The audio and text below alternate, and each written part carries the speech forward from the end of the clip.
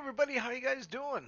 Sorry, I just was looking at my lights here and thinking, that needs to move. All right, so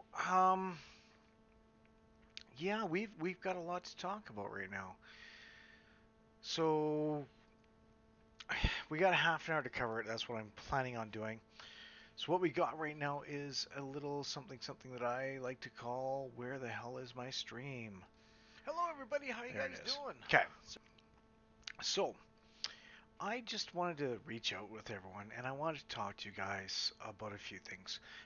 I've had a few drinks tonight. I'm not drinking anymore. I'm actually going to be having some milk because it's becoming the end of my night. That and what I've got over here you can't see has been the last couple of nights, and I know when to say no more, kind of. So let's talk for a minute here. I want to find out how you guys are doing. I want to find out how you guys are holding up. It's been a hell of a week, hell of a 2 weeks for the past little bit. And I just want to see what you guys and how you've been feeling. Honestly, I want to make sure that you guys are okay. And I want to make sure that my friends and family out there are doing well. I worry about a lot of you, to be honest. We're going to get real for a second here. We're not going to joke around. I worry about a lot of you because of the fact that I know this is not something small. This whole issue that we're having, I don't know if I can say it because I've heard people being blocked because they use the magical word. I want to make sure everyone's okay out there because of the fact that we all have come to a new realization that we're having a tough time right now. It's no ifs, ands, or buts about it. We are in a new situation where this may or may not be the new norm. This may or may not be something that we might be able to get out of as easily as people are saying. I've already, here where I live, have already had it where they have canceled any live event up to June 30th. It's going to be canceled. So we're in this for the long haul. As much as people don't want to be, they're thinking 2 weeks. I already knew it wasn't going to be 2 weeks. I already knew we're going to be in this for a while. And I feel that it's going to actually affect a lot of people. And I want to reach out to you guys and say, hey, I personally feel that you guys have got this. It's not going to be easy. It's not going to be fun. There's going to be a lot of things that a lot of us are going to have to go through, and it's going to really segregate and separate a lot of us. But with the power of social media, and if you guys have the power of video chats or anything else like that, please, I totally recommend that you guys reach out to some friends, have some video chats, have some conversations with people, because this social isolation is something that is not something a lot of us, including introverts, are going to be able to really handle offhand. And I really want to make sure that you guys understand that there's a lot of ways of this going through. Zoom apparently is a good one. Zoom has gone up there really quickly, but please watch out for Zoom. From an IT perspective, this is one that can and may potentially steal your information until they bring some patches out. So please be very wary of Zoom at that point in time. Either by Discord, which has 50 lines of video chat if you want to jump on Discord, and Discord's a little bit safer. Please do that and reach out to people. Just invite them to come to Discord as well. It's just as easy as Zoom, and it's cheaper, and you don't, honestly, it's free. It's free versus $20 for Zoom. Um, I want to take this time as well to wish all the people that are going through the actual virus themselves to hopefully get better. Fight this thing as much as you can. Yeah, it's people are saying that the flu does the same thing as this thing, but this is more of a respiratory issue. Sorry, I'm also eating M&Ms at the same time because I've gotten the munchies. That basically you take heed. Please take heed at what we got going on. I really want to say that we're going to come out of this, and we are. We're going to come out of this differently, so please adapt and get ready for things to be adaptable. I'm just throwing that out there. So yeah, how are you guys doing again? Well wishes. Please, by all means, be safe out there. No matter what, be safe. My hands are so chapped right now. Like there's red marks and dry patches, and I've been putting cream on my hands and making sure that there's cream on my hands and everything else like that. I miss my Avenida from work because it's actually a great thing for me. But please do what you can to be safe. All right, let's get into this. Let's get into what we have in the way of our real man soap opera, as I like to say. WrestleMania 36 has just done one thing. They've had their first night, and I don't know how to feel about it. I really don't. From a person who's been watching wrestling for many freaking many years, I don't know what to think of it. I like the matches. The matches built up in anticipation from the undercard, what it felt like the undercard, to the major ones. Sorry. I swallowed the wrong way. No, I don't have COVID. Don't worry.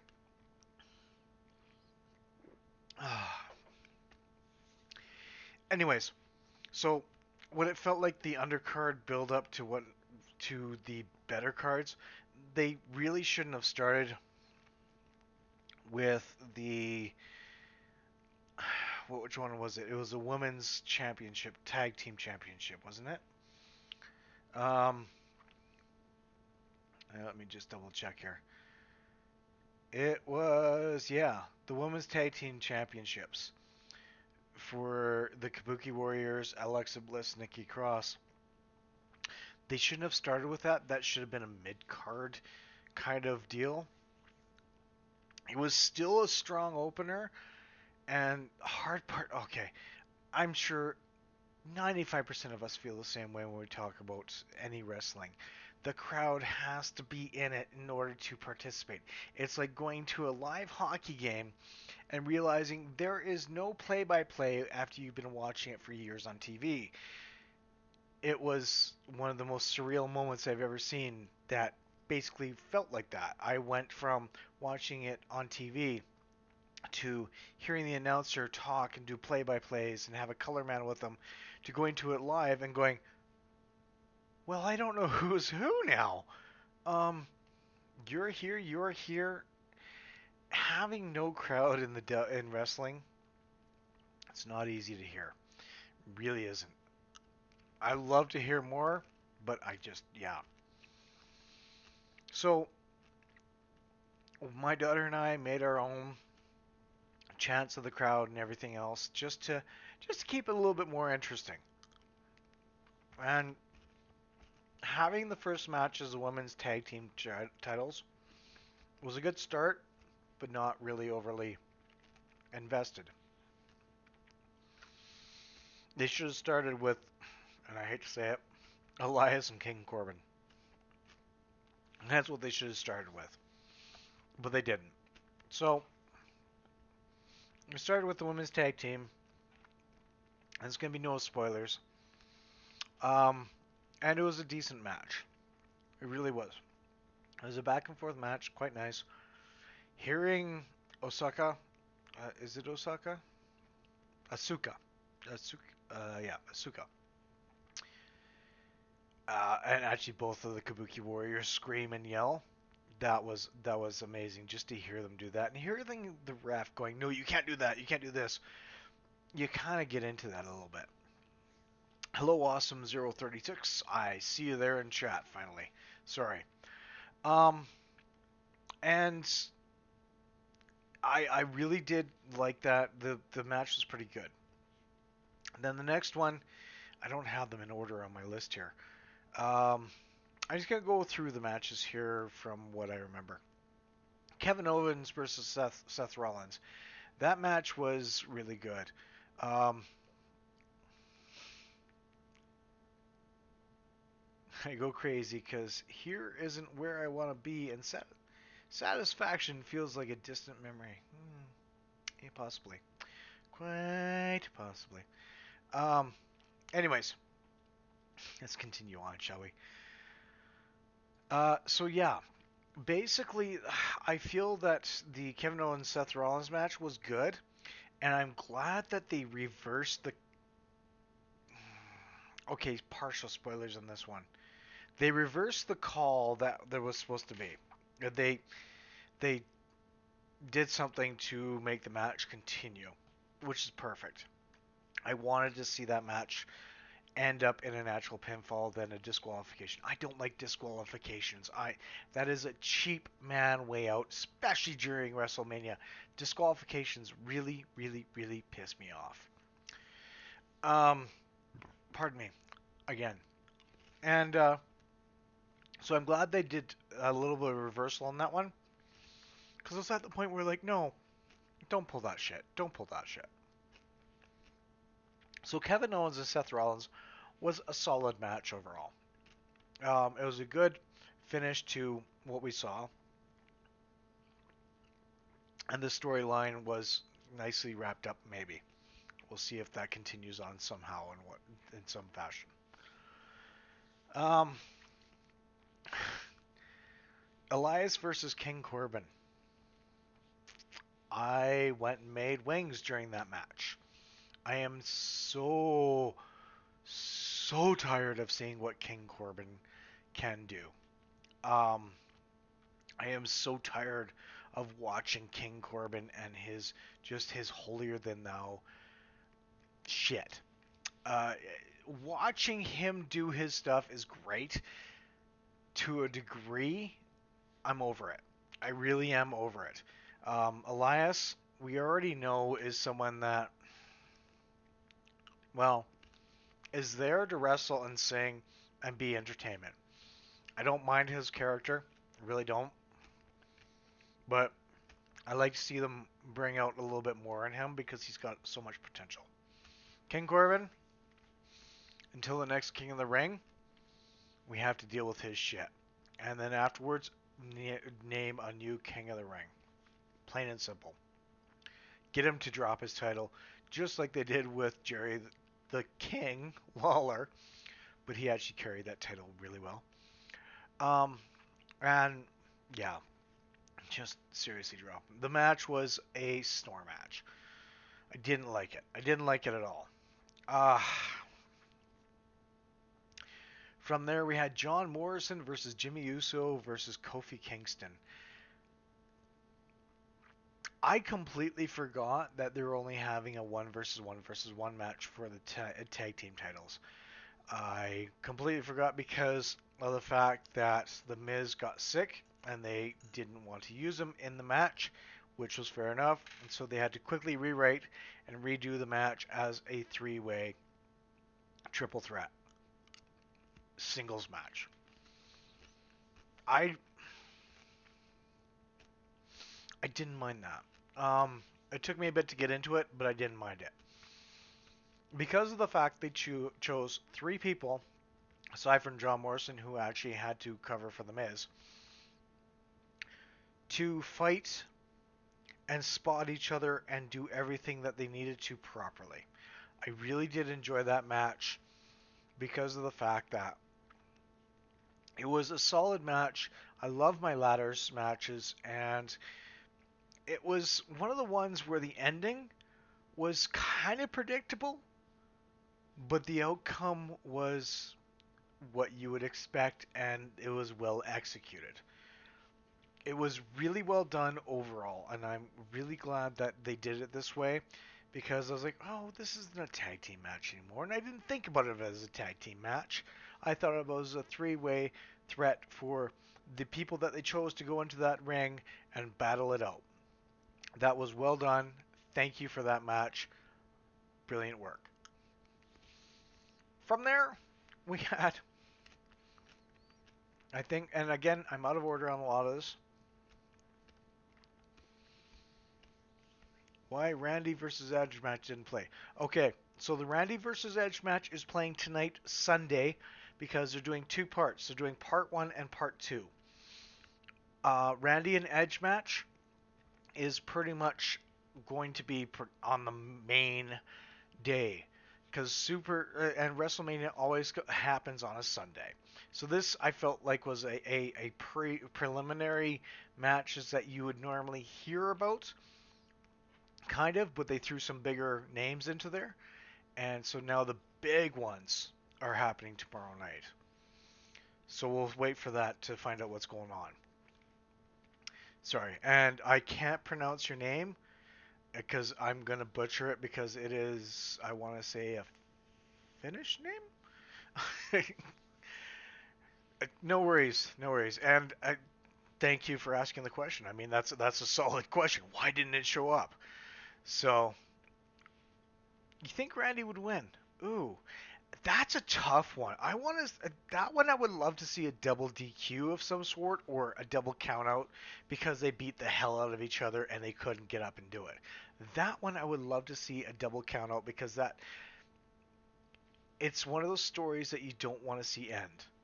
Hello, Mystic Pablo 15. Welcome.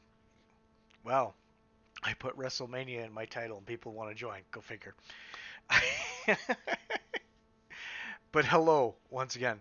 Um, we're gonna get back to the matches tonight. So we had Sami Zayn versus Daniel Bryan. Again, I was cooking during that one. I didn't.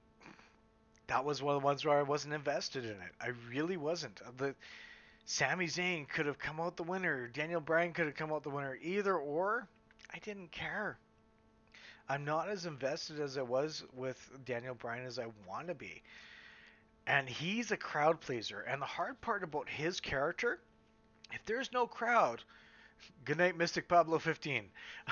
If there is no crowd, I just, I can't see that. Um, no, I don't have Fortnite. Sorry. I don't play Fortnite. I used to play Apex Legends. That's one I used to play. You'll see me on some other games, but Fortnite is not one of them, unfortunately. Anyways, back to what I was saying here. Sorry, guys. I didn't mean to. I'm jumping back and forth between the comments here and talking about this. But yeah, that one I was not overly invested with. Sami Zayn is not one of my favorite characters. Daniel Bryan, I loved earlier. He's kind of fallen off a little bit. He should have stayed in the back for a while. He should have been a talent coordinator of some kind. I know he's trying to make a comeback, but I'm not as invested in him anymore. And he's a crowd pleaser. He goes out and plays to the crowd, and right now his character is going to hurt so much because he can't play to the crowd. He can't sit there and go this, and people understand what they mean by hearing and shouting and yelling the yeses all the time. This is one of the tougher characters who's going to come out of this overall because he plays to the crowd a lot. And I just wasn't invested in this match. I can't remember who won. I think I remember who won, but it was just one of those ones where I'm like, whatever works. Um, and then let's go on to Becky Lynch and Shayna Baszler. And that one, oh my goodness, that one. I can't. I don't know what to tell you. Um, I'm glad in this match it wasn't a squash match. And I'm hoping and praying it wasn't a squash match, and it wasn't. I'm glad that it came out the way it was. No worry, Mystic. That's quite alright, and I'm glad that you speak. And I can see that you're trying, and that's great. Um, Speaking English, I don't speak a lot of Spanish. Used to take Spanish, but I don't have very many words left in my vocabulary that I remember. I'm sorry. No hablo inglés. No, that's no. Anyways, but I get it, and that's all right. I totally understand. I can't even write or speak English at the best of times myself, and that's my primary language. Um, so I was at what was it Becky Lynch versus Shayna Blazer, and I just that one was a decent match. It was a long fought match, and it actually made Shayna Blazer look like a human versus a beast inside a cage. Seeing the way that she handled the Elimination Chamber, I was disappointed in that, but seeing the way that they actually did this match for WrestleMania, I was invested in that. I actually wanted to see that there was a human behind Shayna Blazer and that she wasn't going to be this person that will squash Becky Lynch. So that overall was good. The final outcome of it was decent. They made it so that this storyline probably will not end for the next couple of months. It actually will carry on because it actually is a decent storyline between these two. So I want to see that happen some more. They left it open ended decently and differently, which is kind of nice to see. Again, I'm trying not to do any spoilers on this. Doesn't matter if I understand it. Oh, okay. So I just with Pablo says doesn't matter. I understand it very well.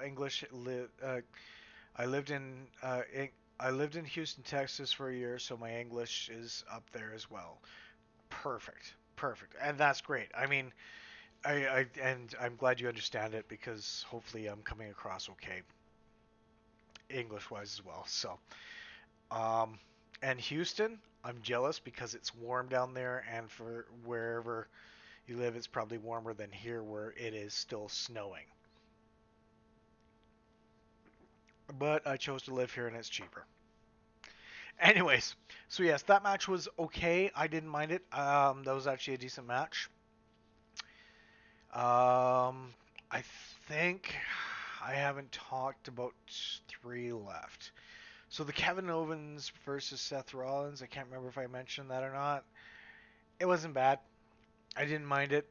There is a Canadian involved in it, so I was invested. Um, it was a decent ending, and I'm glad they ended it the way they did. Right, I did talk about their match.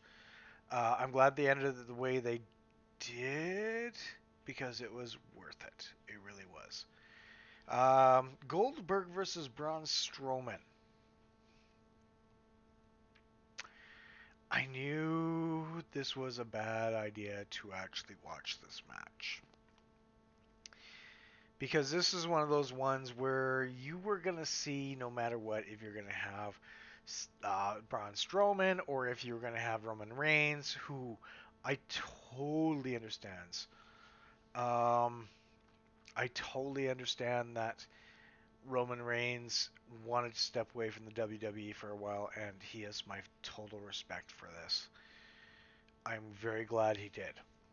So, this match and the outcome was pretty much predictable through and through.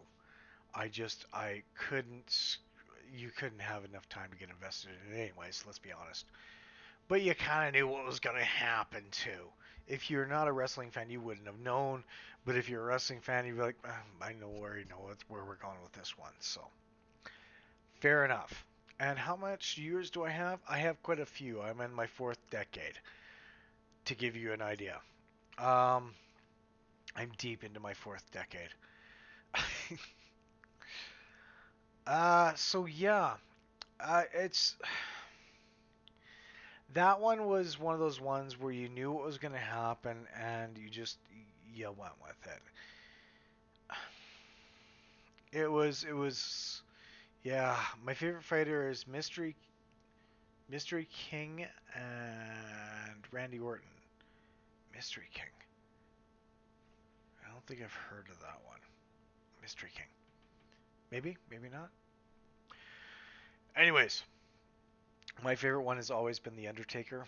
That's my favorite, and we'll get to that match right now. Good segue. Excellent segue. The Boneyard match between The Undertaker and AJ Styles.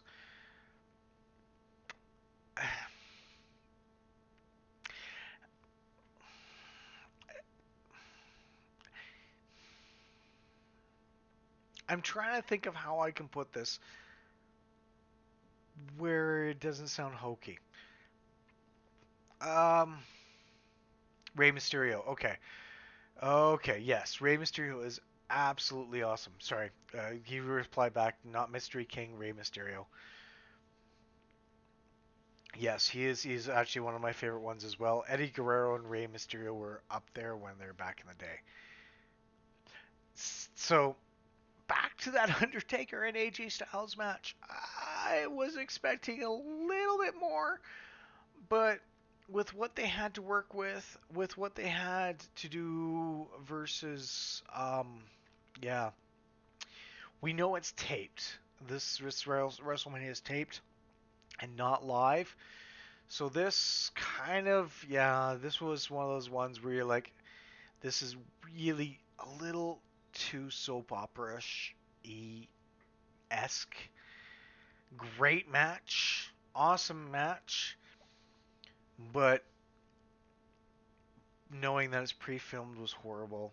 Knowing that the way they put this as a Bray Wyatt slash Matt Hardy match style bugged the crap out of me. Um, the way that they really just sort of portrayed this, I liked the match, but I would have loved to have a live aspect of it. Not something that you know is been pre-taped, pre-done, and everything else.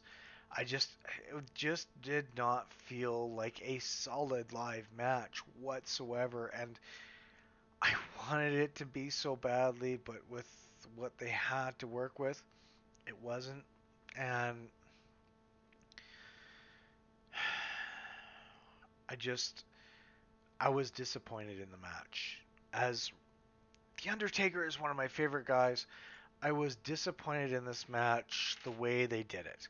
I was disappointed in the way they handled it, but they didn't have much choice, but they didn't handle it properly. I want this whole pay-per-view to be live. Absolutely live and not feel like it's taped. Because that kind of bugs me. You have a pay-per-view, live pay-per-view. And you expect things to be live right then, right there, but it's not, and it hurts to see this and feel this. It hurts to have a non-live pay-per-view aspect as well. Um, my whole thoughts on day one. Day one wasn't bad. I give it, as a rating, I give it a 5 out of 10. It passes barely, but it passes because of the fact that I really, really, really wanted them to go in a different direction with this. A lot of people are saying we should or a lot of people are saying they should have canceled it. No, don't cancel it. It is what it is this day and age, and it's good to see that they did it this way. But I didn't like the fact that it didn't feel live. It doesn't feel like a proper pay-per-view. That really sucked a lot. From a person who's been watching pay-per-views for years, not seeing it live just totally took it out of me. I like the matches again, but I just it's taped, boys and girls, and unfortunately, that's not what I call a pay-per-view. I call that something as we have thrown something together to do whatever. It should have been live. even at the performance center, even though you're not supposed to have so many people in at one time, maybe that's why it's not live, because you can't have more than so many people, and they're adhering to those rules that you can't have so many people at one time, which is fair and fine. Um, yeah, I just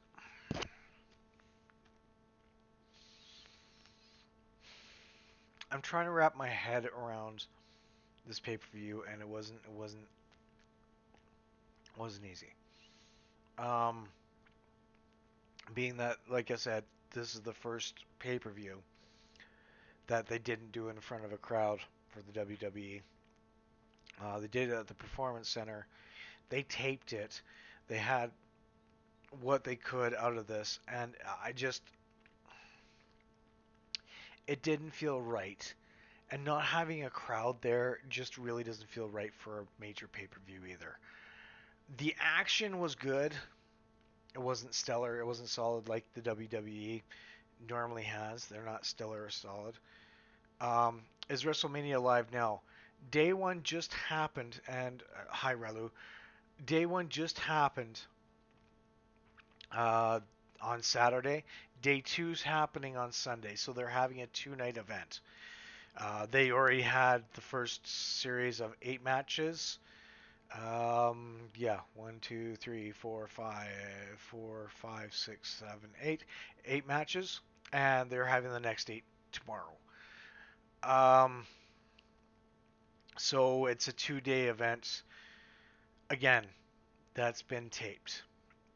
Again, I'll still watch all of it, but I'm not as invested as I normally would be with a big pay-per-view like WrestleMania. I'm glad that they're not charging the full price for these pay-per-views, because normally this would be an $80 pay-per-view almost.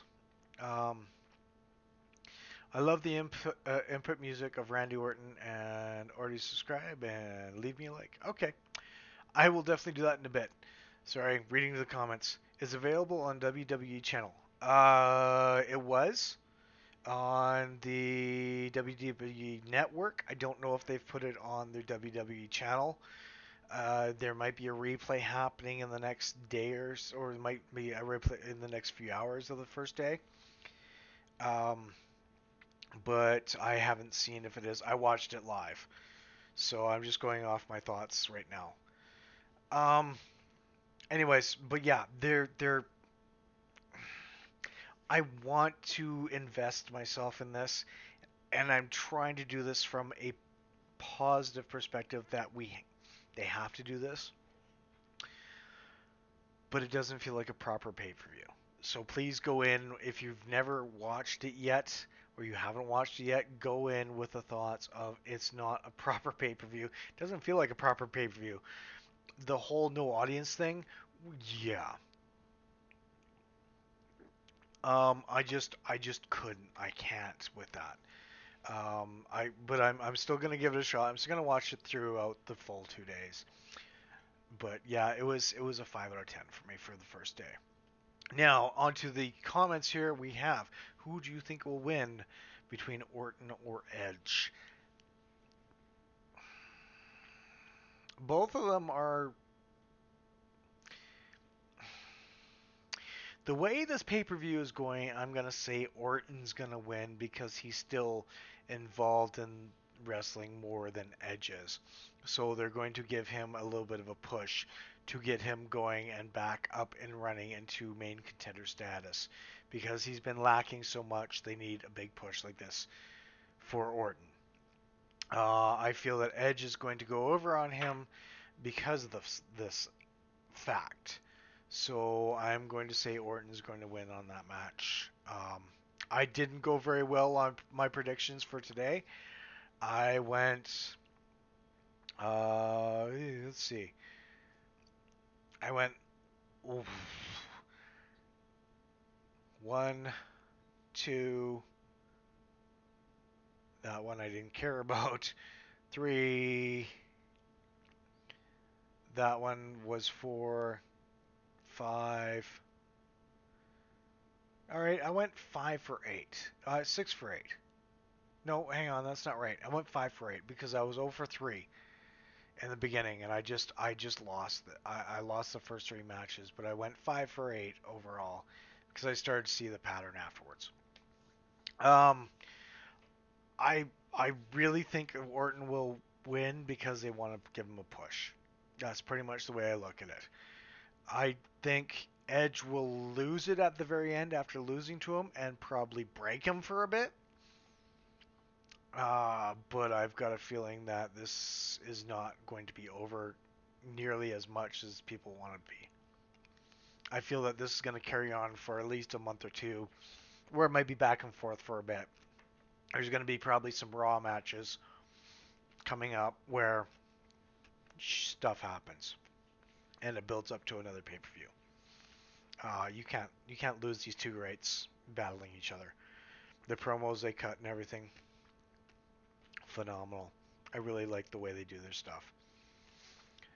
The other matches for tomorrow, I can't remember. And if I switch over any of my things here, I might be lost for a second. So bear with me. Let me just. Uh, let's have a look at the matches. Again, I can't remember all the matches. What's the match card for day 2? Let's see what we've got.